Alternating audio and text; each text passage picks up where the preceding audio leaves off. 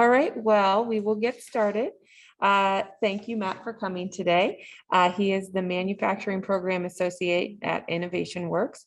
Prior to joining Innovation Works, Matt was the founding general manager of Tech Shop Pittsburgh. He then went on to found Clear Ice Rocks, where he invented, prototyped, crowdfunded, mass-produced, and fulfilled orders to over 55 different countries. In his roles as the Manufacturing Program Associate, Matt engages with accelerator and early stage hardware companies to identify design and manufacturing needs. So I will let you get started today. Thank you, Allison. Sure. Good to be back in person here at the Connect series. I've given this talk for the last several years. And we've kept the same title the whole time. Software may eat the world, but you still need a fork. And that's something that's near and dear to my heart, this concept that in the venture space, especially, a lot of investment is focused around software companies, but the physical industry of making things is still a much larger total portion of the industrial complex. And it has its own unique challenges.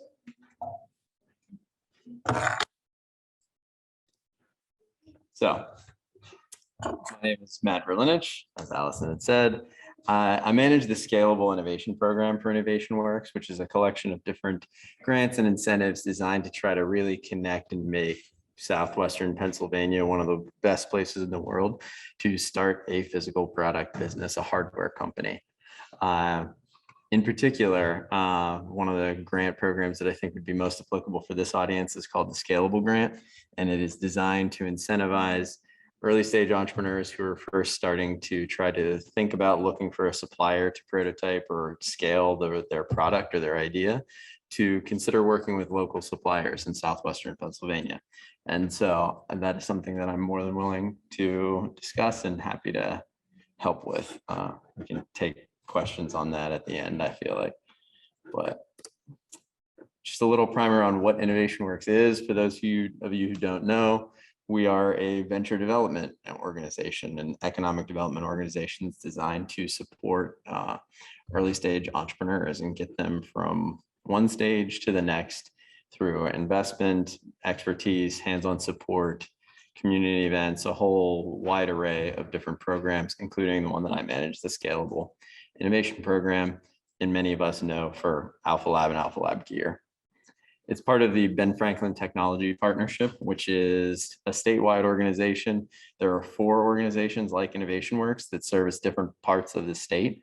So ours focuses on these 9 counties in Southwestern Pennsylvania. Over here in the lower left, this thing is super cool.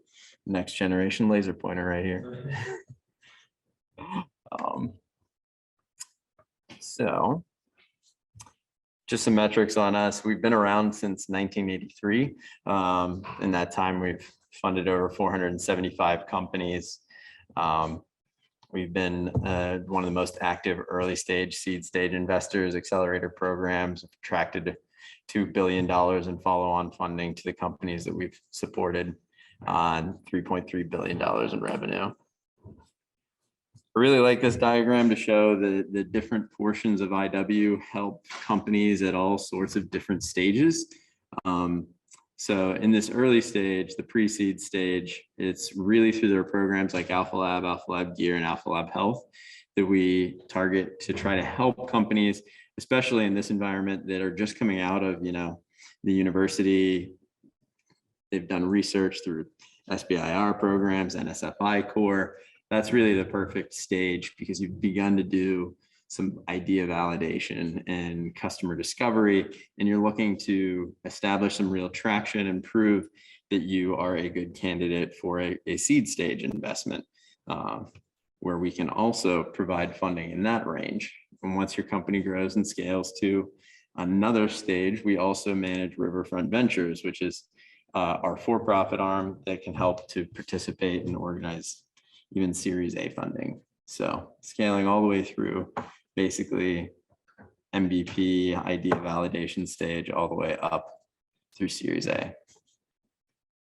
So I think this picture really encapsulates what most people think of why hardware is hard, very high end technology esoteric, very expensive, very complicated. But some trends that, and this is typically the response that especially 10, 20 years ago, you would get if you were a physical product company trying to seek venture capital funding from an early stage perspective. They would just boot you right out the door because hardware is hard, takes way too much capital, too risky, too many things that can go wrong.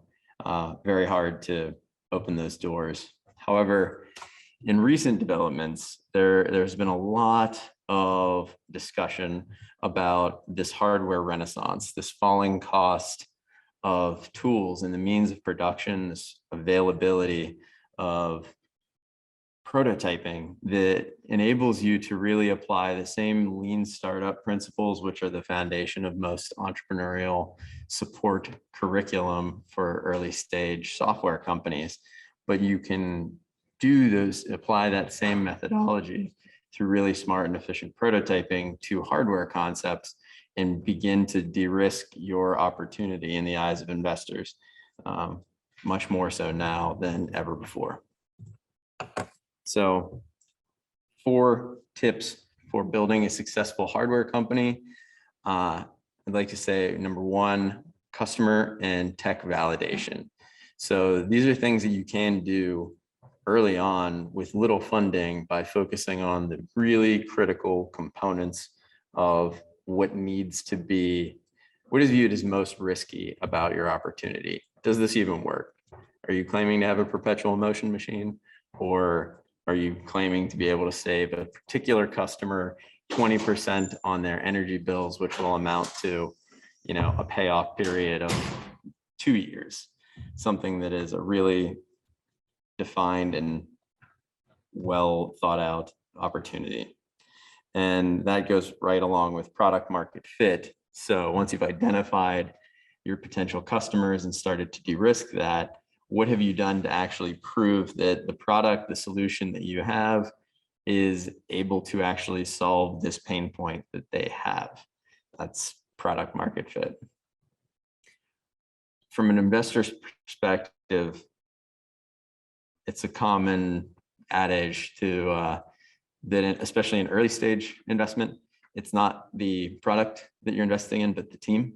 So what makes your team unique? If this is such a groundbreaking solution, why has nobody done it before? And what do you have that other people don't that will give you that advantage to succeed?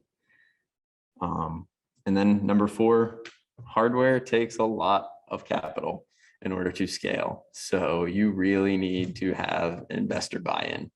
And that means finding the right investors, finding the right partners, and ensuring that their goals and objectives are aligned with yours. So one thing that I think is absolutely critical for applying all of those steps and applying the lean startup methodology to having a successful hardware company is smart prototyping. Most people think of a prototype as a very expensive unit number 1 of what you're going to sell to your customer. But in my mind and experience, a prototype is actually a whole array of hundreds, if not thousands, of different small tests where you are using these devices to answer very specific questions, which are critical for de-risking your opportunity in the eyes of an investor or a potential partner. And some ways that we think about or talk about those things are works like prototype versus looks like prototype, alpha, beta, MVP, different stages of these things. And we use those prototypes to test things, hypotheses, one at a time. So this is actually an array of prototypes from my process for the product that I developed, which is a clear ice mold system. So there was an initial concept validation of, does this actually work? There was this prototype that I used to test tolerances on the sealing surface between 2 halves of a mold, using just a 3D printed mold and some RTV silicone. There's a variety of different shapes, thicknesses, and materials, which I tested for their insulating properties to determine how much insulation did I need in order to achieve the end objective of producing clear ice. And then there's my looks like prototype, which I actually used for the crowdfunding video in order to prove and attract the attention that I needed, saying, I could make a product that looks like this. Would you buy it if it does this? So stuff that was in the video was made using this and other prototypes like it, but what was shown was this.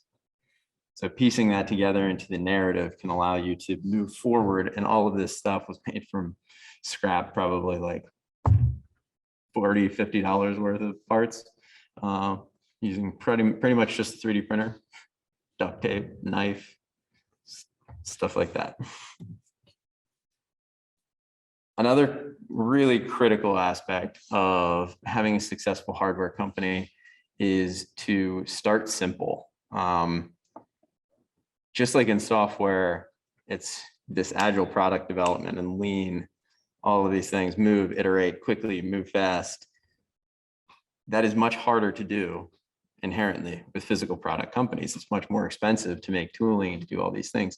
So oftentimes people try to bite off more than they can chew and go right to their pot of gold at the end of the rainbow version of the product that they want, without considering the fact that it's very easy and possible to begin establishing your foothold, building your customer relationships, proving your concept with very simple early versions. So 3 super common or super successful versions. The first iPhone was decades in the making. I mean, they started proving and testing these concepts with the iPods that didn't have any interface. And then they had a simple 2-color liquid crystal display. And then they had the iPod video that had a full color display. And then they went to the iPod Touch, which was launched probably 2 years before the iPhone and had every feature of the iPhone and tested everything about it except for the cell service. So it was a very quick and iterative process to then launch the iPhone from there. Most people don't string those dots together and see that the iPhone was more than a decade in the making. Fitbit, fitness trackers like this, they started as a simple pedometer. No wireless, no data connectivity, no subscription revenue, nothing, just a pedometer. And they built an empire from that of wearables. Dropcam, which has now been acquired by Google and is Nest Cam, started as a simple Wi-Fi camera. They actually started as a software company. They didn't even make their cameras. They used a third-party camera and they just provided a nice user interface for it. But then once they saw and established their customer traction, they saw the opportunity to develop and improve upon the design and making their own camera. So before they even invested in any hardware, they proved and established a customer base, which enabled them to move forward and scale and iterate. As I had said, my product was crowdfunded. I bootstrapped the entire development of that. It's not always going to be the right case. And more commonly, you'll see devices like an iPhone or an appliance, and they all have a $25,000 to $50,000 goal in order to meet their production needs. I can tell you from my personal experience, my product, which is simple 3 molded parts, cost $75,000 in tooling. Well, $75,000 for tooling and parts, not even shipping, for 1,500 units ordered. There's no way that any electronic device can be launched from concept to scale for $25,000 to $50,000. But people use that as a way to establish traction and begin building hype, which it can be very useful depending on what you're using that for and how much capital you need. Some keys to a successful launch is it's all about the pre-launch. You have to have traction and excitement built up, ready. You have to have a web presence set up before you even launch. Most people will launch a crowdfunding campaign with the idea that there's just millions of people there. And if you put something that's funny or pretty enough, you'll capture enough of that audience that will just magically make it work. But you'll never be able to, and this is becoming more and more the case in all of digital marketing, you'll never be able to rise through the noise of all of the activity that's going on online if you don't have an initial audience of people to get you noticed by the algorithms on any given platform, whether that's Amazon or Facebook or Indiegogo, Kickstarter. None of that is any different. Ask yourself if your customers are even on that platform. The things that work really well in a Kickstarter or Indiegogo campaign are consumer products that are the first, the best, the biggest, the fastest, the lightest, the longest, any superlative. Those are things that resonate with that captive audience, which is already on that platform. Other platforms like Republic are selling investment opportunities. So it's a very different messaging and very different type of people that you're trying to appeal to. It just depends knowing your audience and selecting the platform that's right for you. Regardless, this goes hand in hand with number one, keys to successes before launch. You really should have 35% of whatever goal that you're trying to raise at least in hand before you even launch day one. That's sort of this magic threshold that I've seen on Kickstarter and Indiegogo, at least, that will get you noticed above all of the other campaigns that launch and are waiting for traffic to convert naturally. Everyone wants to back a winner. There's that psychology of the crowdfunding. That's where the 35% comes from. 35% will give you enough traffic that a platform like Indiegogo can actually see, oh, they have this conversion rate, it resonates with this type of audience. We can accelerate that adoption by getting it in front of more of those people.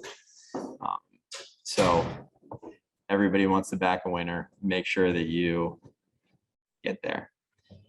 Also keep in mind that when you launch anything publicly on the web, especially on crowdfunding campaigns, there is the potential for your competition to see. So ask yourself, what is the barrier to entry in this market? And are you far enough along to ensure that you will, if things go crazy and you do become a multi-million-dollar campaign, not only can you fulfill, but can you fulfill faster than somebody else who also this just validated the idea for their startup or business.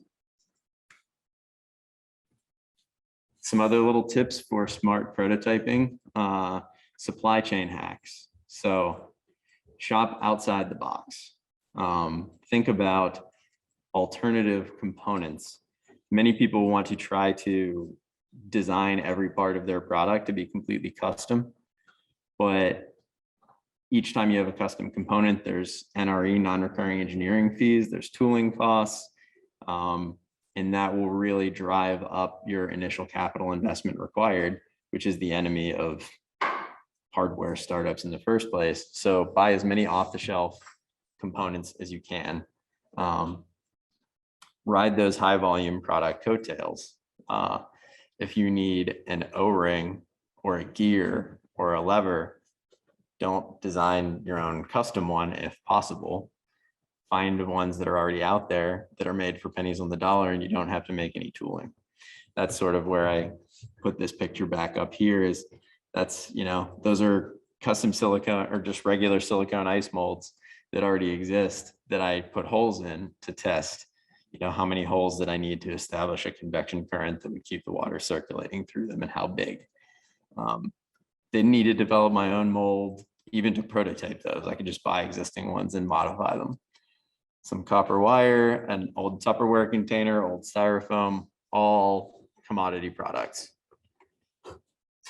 There's also an enormous number of online marketplaces for products and things like that, like Alibaba, where you can buy these commodity products. However, be very wary of any type of supply chain vulnerabilities. We've seen startup companies that come to rely on Alibaba for sourcing critical components, only to find out that that supplier was not an actual manufacturer. They were getting it from a factory, and the factory decided to stop selling to them, and then they had to find the original supplier of that component.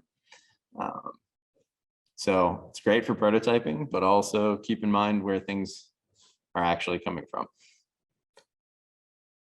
Never, ever be the guinea pig.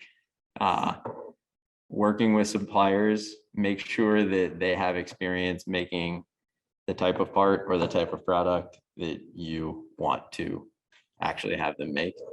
If this is your first time producing this part or product or launching a business, you don't also want to be going into business with somebody who has never done it before either. Presents too many opportunities for unknown unknowns, the risks that you can't even define. So in selecting, to that end, selecting and choosing a manufacturing partner, I always encourage people to sell a manufacturer as you would sell an investor, especially in the US. The way that manufacturers make their money is in volume in most cases. So if you're going to negotiate and try to get competitive pricing for the initial version or product launch or the initial runs, it's going to be very difficult to get competitive pricing on that whenever your manufacturer doesn't believe that you're going to come back for a second order and a larger third order and a very large fourth order. So that is your job to sell them on the opportunity that you present for a long-term relationship, very much the same way that you would with an investor. Going hand in hand with that is, how does your manufacturer win?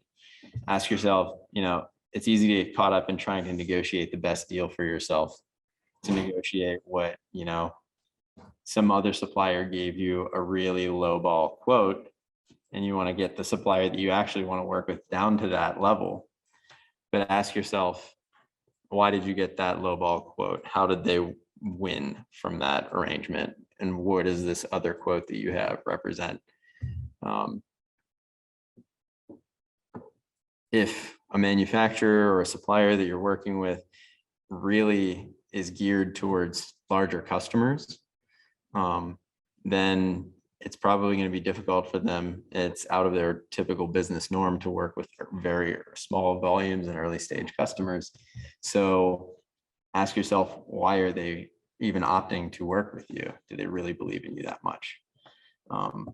Are they counting on you jumping really quickly to 1,000 and then 10,000 units ordered in a year? Or are they more patient? Very important things to understand.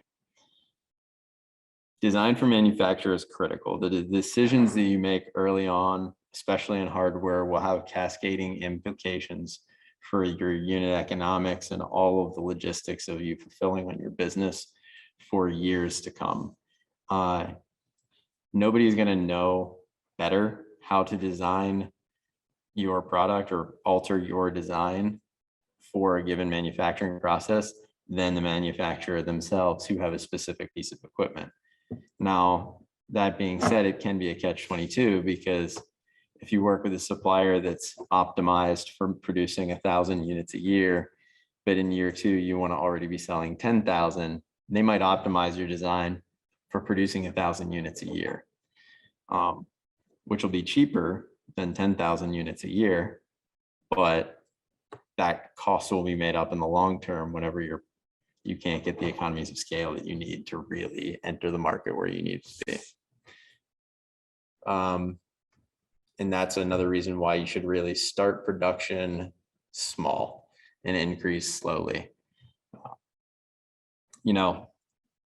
Don't get one sample from a factory of a given part, test it and say, that's good. Okay, now make me 1,000. Say, okay, we tested that one, that's good. Now let's do a batch size of 100, and you test 10% of those, 20, 50, maybe even 100% of those components to make sure that the defect rate isn't so high. Because if you immediately jump to 1,000 and then they deliver you 900 because 100 of them failed, that could be a significant additional expense. First production run, be there in person. And this is, if not there for the actual first production run, be there before it, be there immediately after it. Make sure that you really have a full understanding of what the capabilities of your supplier are and what their limitations are. So designing a product for manufacture in the US is actually easier than you think, provided that you have the right skill set and understanding and awareness of what the capabilities are for different types of components. So it really can be cheaper to make stuff in the US, especially when you consider all of the costs, some of which are easy to calculate and tangible: shipping and logistics, those things, tariffs. I wouldn't say that that's easy to calculate because it's an ever-shifting landscape and a full esoteric discipline in and of itself. Consult a professional about that, but definitely something that you want to consider. Just as an example, you know, my product is made in China because of many different decisions and considerations that I had to at the time. However, you know, 30%, 25 to 30% of my total landed cost is inbound shipping to the US. Decisions that you make on manufacturing, whether your product can nest, can it be made from a variety of suppliers and assembled locally? Those things will have cascading impacts, again, throughout your business for years. So in addition to the time to market and time to iterate, making things further away means that it's slower to iterate. Thus, harder to implement lean startup approaches, harder to de-risk your opportunity for investors. And that carries its own costs, especially if you're relying on financing or outside capital to provide you with the capital that you need to scale and develop your product. Not to mention outpacing competition. Inventory carrying costs are a huge consideration. There's a big difference also culturally and contractually. In the US, if you are a legitimate business, incorporated, you have finances that you can share with your manufacturer, you should be able to easily get net 30, 60, 90-day terms, depending on your relationship with that factory.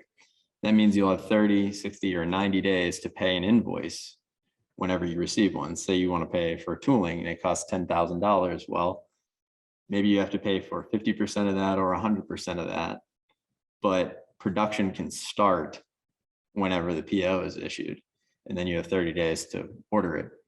Manufacturing outside of the United States, international legal enforcement is very, very challenging. And then in like countries like China, there is minimal contractual enforcement period. Even if you were in China, it's relationship based. So it's very, very common that if you are going to start with a new supplier, you'll have to put down 50% of the cost of the tooling upfront, 50% on delivery. And then at that point, you still have at least a month before the production can go, before you verify your first sample, and then another month before the full production can go, and then another month before it would actually land in the US, 1 to 2 months now in today's climate. So you're talking about then whenever you go for production, you'll have to put down another 50% and 50% upon QC before the goods leave the factory. And then you'll have to put down 100% for the shipping up front. So you can easily be 100% of your landed costs out the door 45 days before you can receive the product. Let alone in comparing that to 30 days, having to pay for it 30 days after you receive it. That can be a huge issue. Not to mention, all manufacturers will have some type of internal project management system, but you can never rely on their project management system to manage your project with them. You can't rely on them to update you on timelines and make sure things stay on track. You have to do that anyway. And if it's your first time through, if your design's still changing, all of these communication and quality control issues are going to be exacerbated with distance, language barriers, and cultural barriers, not to mention the intellectual property concerns of managing that intellectual property. So all of that amounts to profit is not the same thing as cash.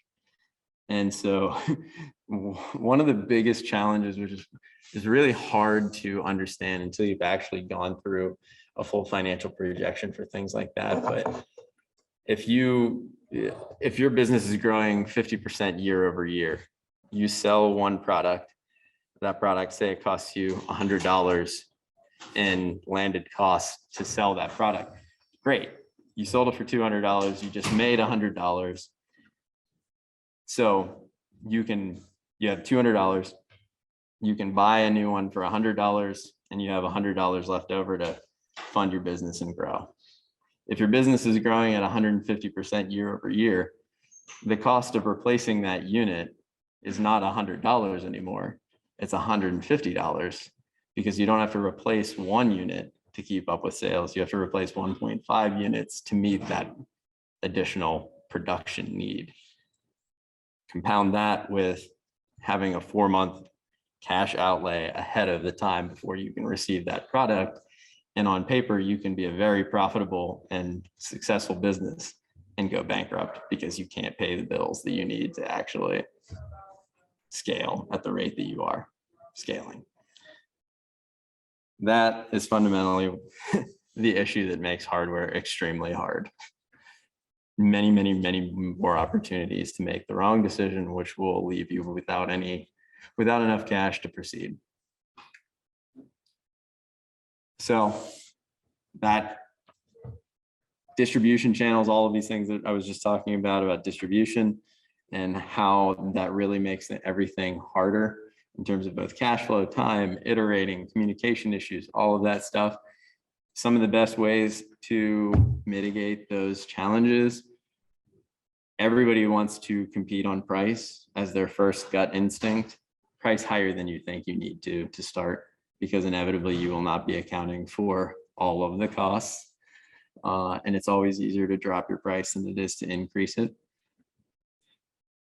In the beginning, do things that don't scale.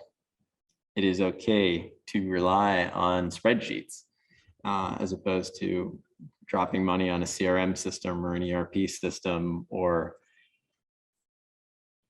waiting until you have the software complete to get all of the data that you need.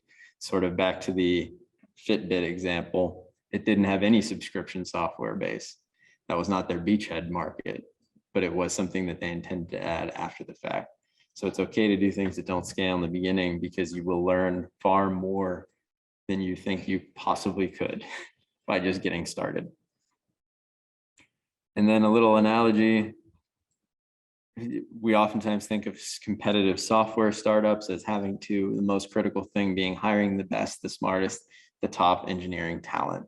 I mean, we are at CMU right now, the mecca of the world's best computer science people, and constantly being recruited by Google, Apple, Facebook, all of these companies. The most overlooked thing to make a successful hardware startup, I would say, is the marketing. You really need to have a solid understanding of who your customer is. What features do they actually care about? What are your key selling propositions? What must be included? Because every feature, every design change, everything has far more cascading complications and costs associated with it.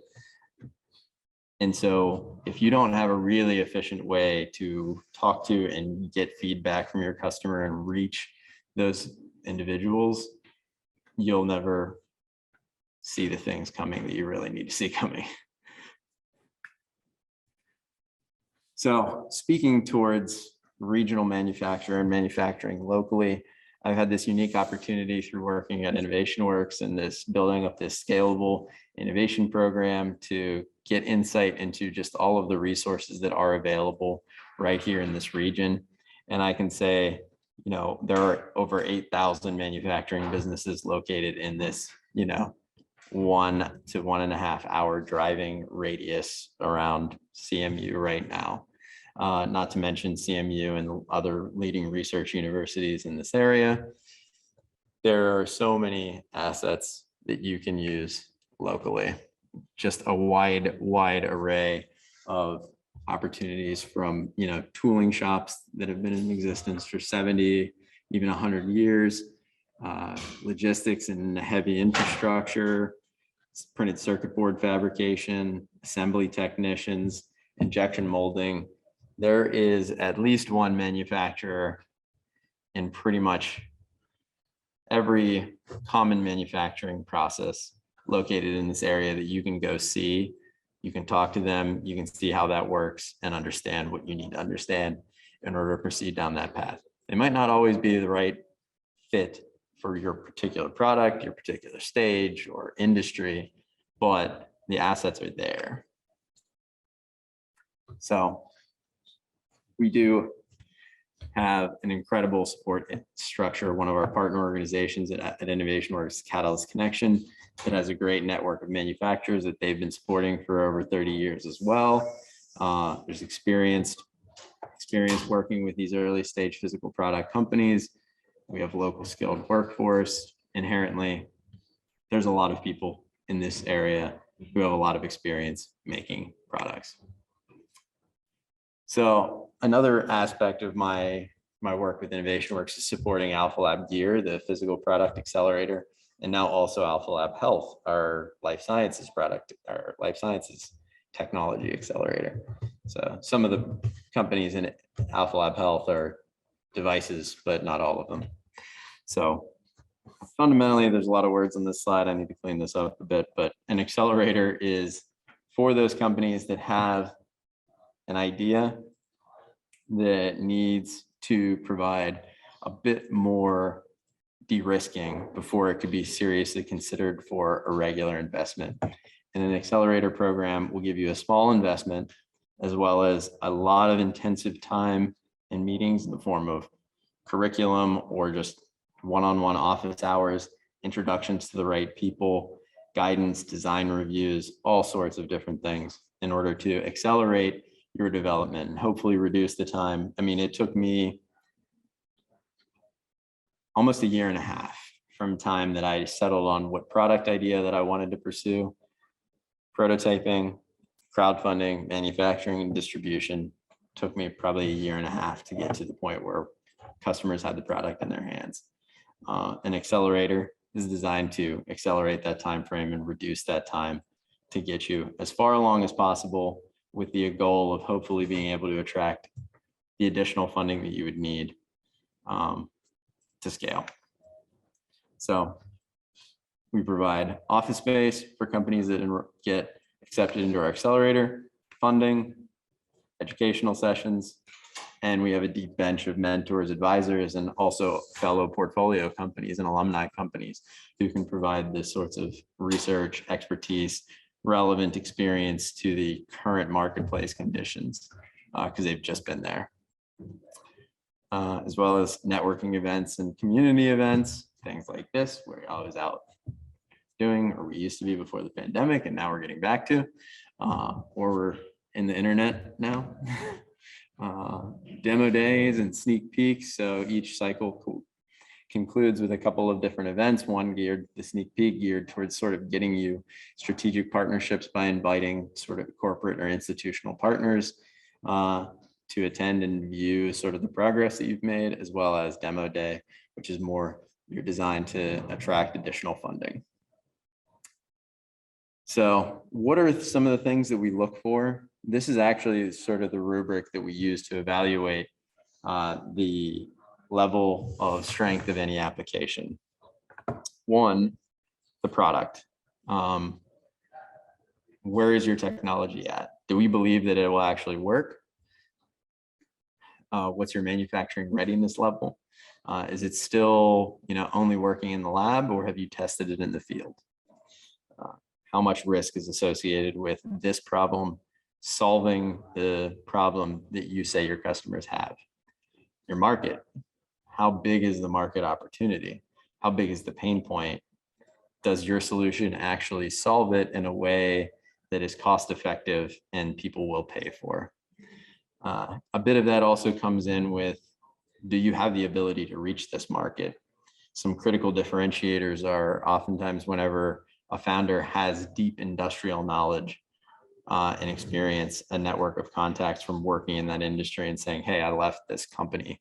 We've had this problem and nobody is solving this. And that's an interesting competitive differentiator because it requires a certain amount of esoteric experience to understand that that is a really serious pain point for companies that have the ability to pay for it. That also goes into the team side of things. You know, do you have a deep enough bench of teammates so that it's not all relying on you? Do you have the expertise and the experience, the connections that can help you? If not, do you have the drive and are you coachable enough to do the things that you need to get done in order to pivot and learn? Or are you so fixed on the outcome? Do you really, are you willing to learn and adjust and hear the feedback that you don't want to necessarily hear, or are you dead set on the solution that you've fallen in love with, sort of falling in love with the solution as opposed to the problem? And then can you be capital efficient?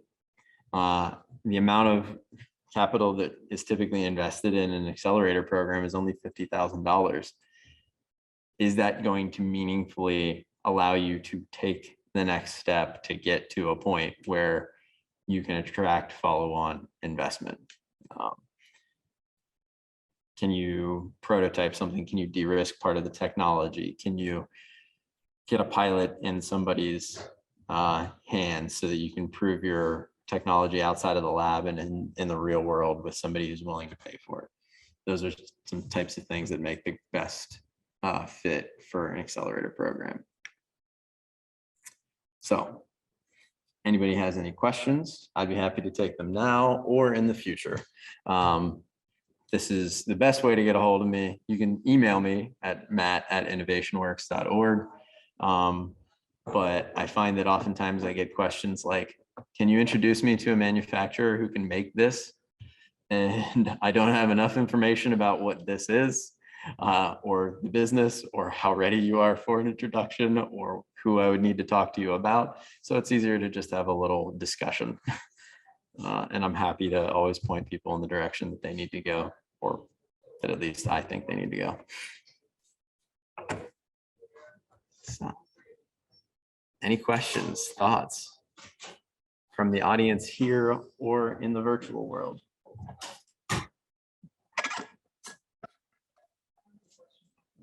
So since hardware is inherently hard to scale, the dilemma that at least I have is that to get any meaningful customer traction, you need enough volume to do some kind of pilot or maybe get some good feedback. How do you go raise money if you don't have that? Like, what kind of customer traction for hardware startups are investors looking for?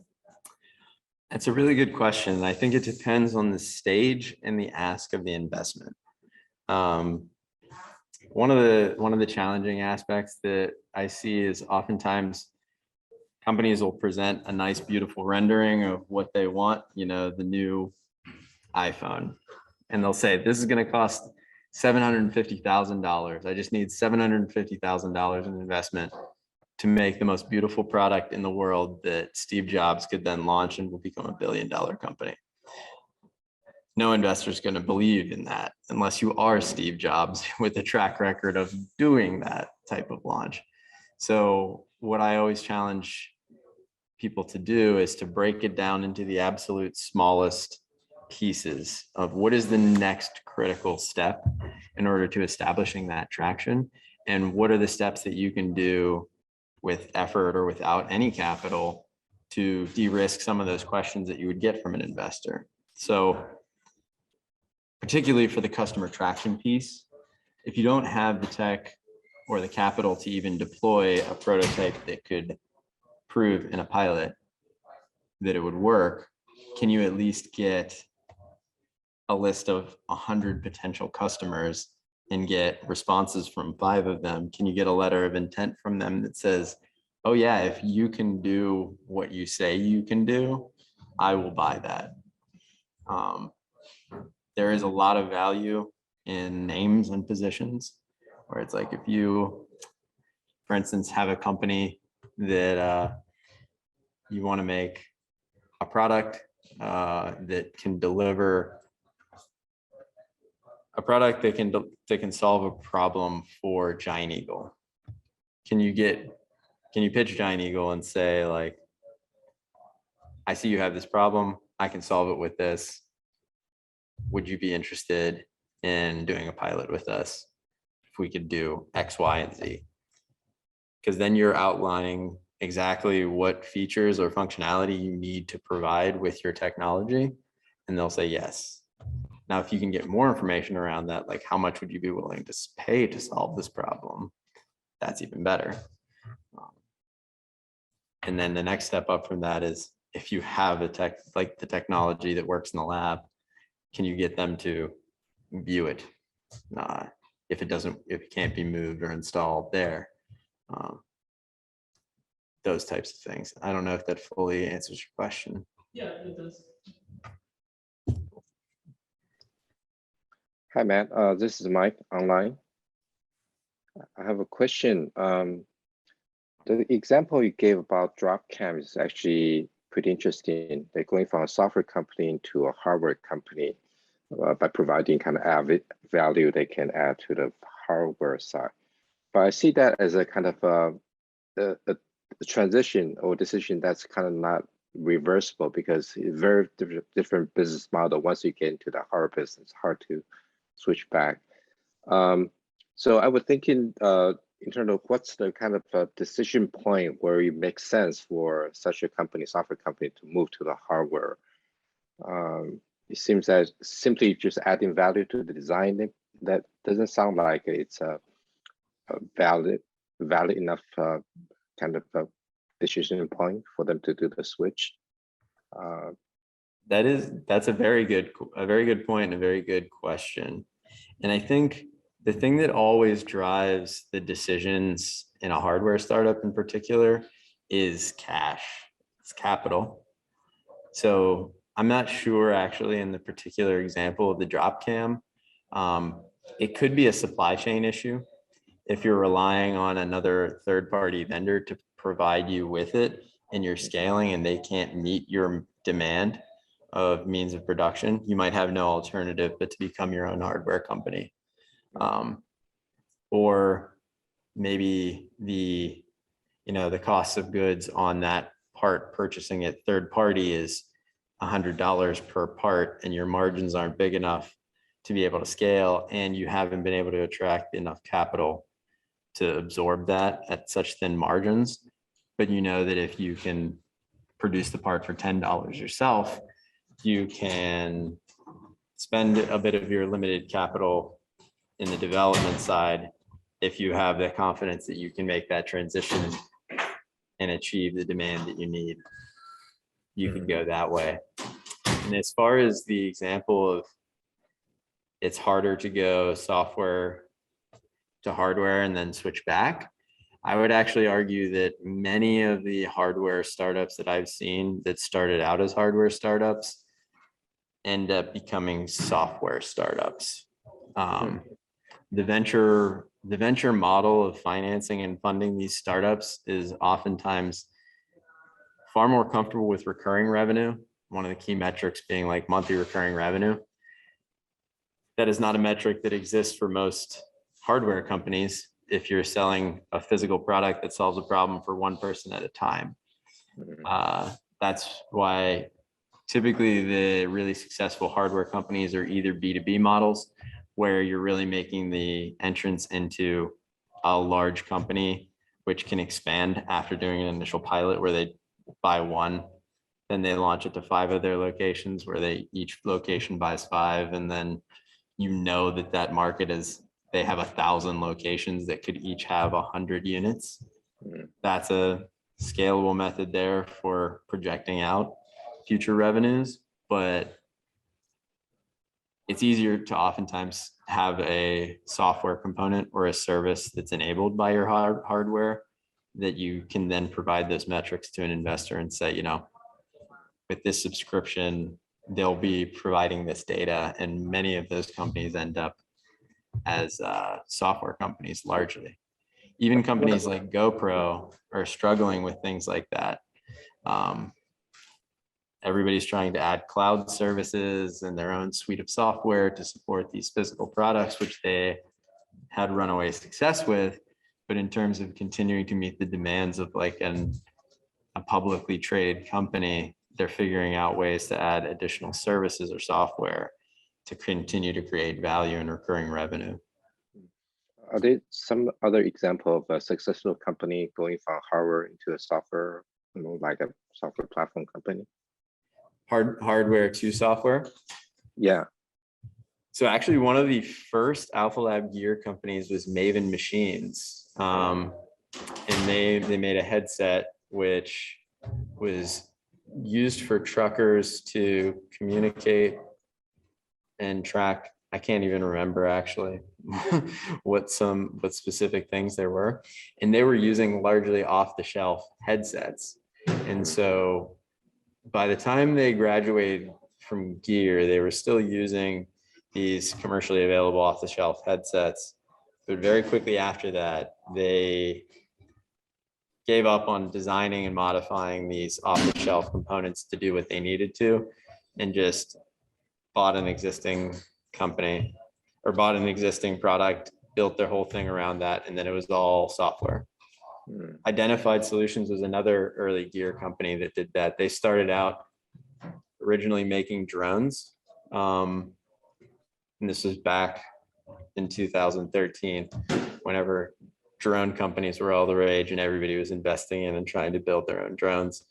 Only to realize that there were so many people trying to build drones that it rapidly became really hard to build the best drone cheaper than somebody else could build a drone that did more than your custom drone did. But the real differentiator was in the software, the data that they were able to get, and what meaning they're able to draw from that data and provide to a specific customer segment. Thank you. Yeah.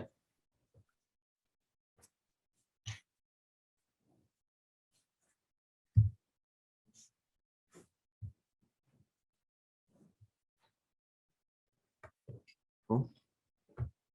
Any other questions? If there are no other question, I have one more question. So you talked earlier about you know, looking for hardware partners. And I was thinking that, you know, in the supply chain that you may be working initially with a, you know, hardware company that, you know, has their own brand. But what do you think of like going upstream to even kind of the manufacturer of the hardware, you know, maybe to get a better price, you know, and so on. So what are some of the kind of consideration in, you know, whether to go further upstream? Yeah, are you asking about a particular product or a component? A particular product, for example, you know, let's say started a software company like DropCam example, you know, you started a software company, you find a hardware partner to work with, and then but you know, maybe that the price of the hardware is not, you know, it doesn't make much sense, you know, your margin is too thin. So you may want to go upstream to the manufacturer of, you know, that particular hardware instead of a branded company, you know, partner. So what are some of the considerations that, yeah, that come into play? That is whether definitely to go upstream. That is definitely a possibility, and I think that it depends on the particular example. So cameras in particular, a camera is, you know, a sensor, control board, the enclosure, the optics. It's possible that that company that was providing those cameras was purchasing the sensor and the board and the enclosure and the optics from different people, assembling it themselves, in which case you wouldn't have the option to go upstream, aside from setting up your own manufacturing facility. But there are OEM type manufacturers who make certain products like that. For instance, like wearables, Fitbits now are such a commodity product that Yeah. form factor. Yeah, There like are white label companies. Yeah.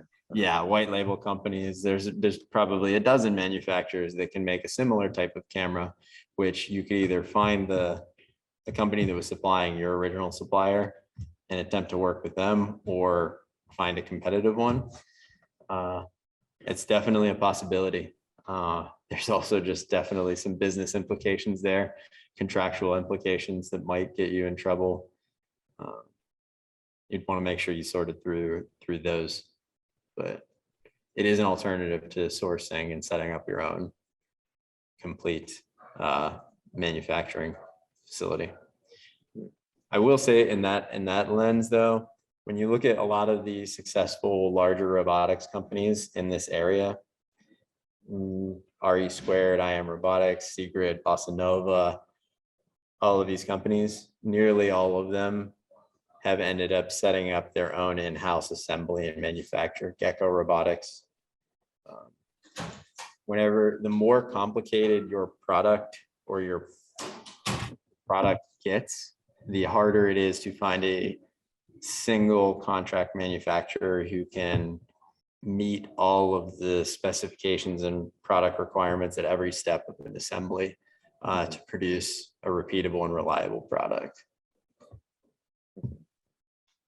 It's not impossible, but more challenging.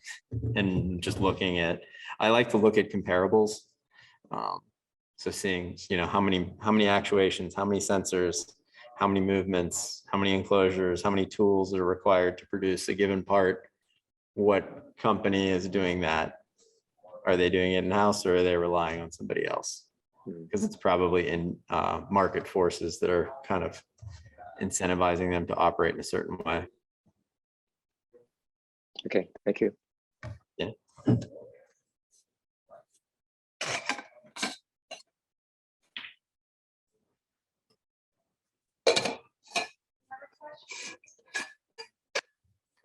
Okay, well, if we don't have any other questions today, thank you so much for coming, and I will end the meeting for all.